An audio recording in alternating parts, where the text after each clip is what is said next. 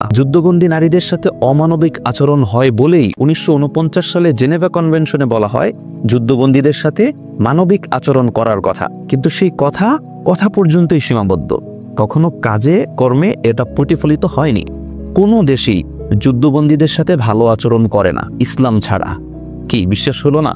বিশ্বাস না হলে হামাসের দিকে তাকান, হামাসের হাতে বন্দী হওয়া ইহুদিদের দিকে তাকান। আবার চলে যাই সেই 2000 বন্দীদেরকে নিয়ে, যাদেরকে ছাড়িয়ে নেওয়ার মতো কেউ থাকলো না এবং তাদের দায়িত্ব নেওয়ার মতো কেউ নেই। এখন তাদের তো 1000 পুরুষ 1000 নারী, তাই না?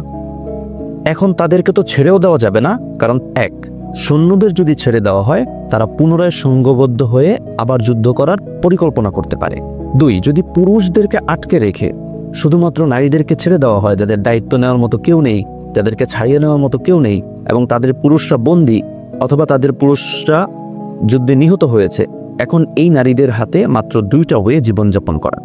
হয়তো তারা মানবেতর জীবনযাপন করবে অথবা প্রস্টিটিউশনের পথ বেছে নিতে হবে, কারণ সেই যুগে কিন্তু এর বাইরে অন্য কোনো অপশন ছিল না।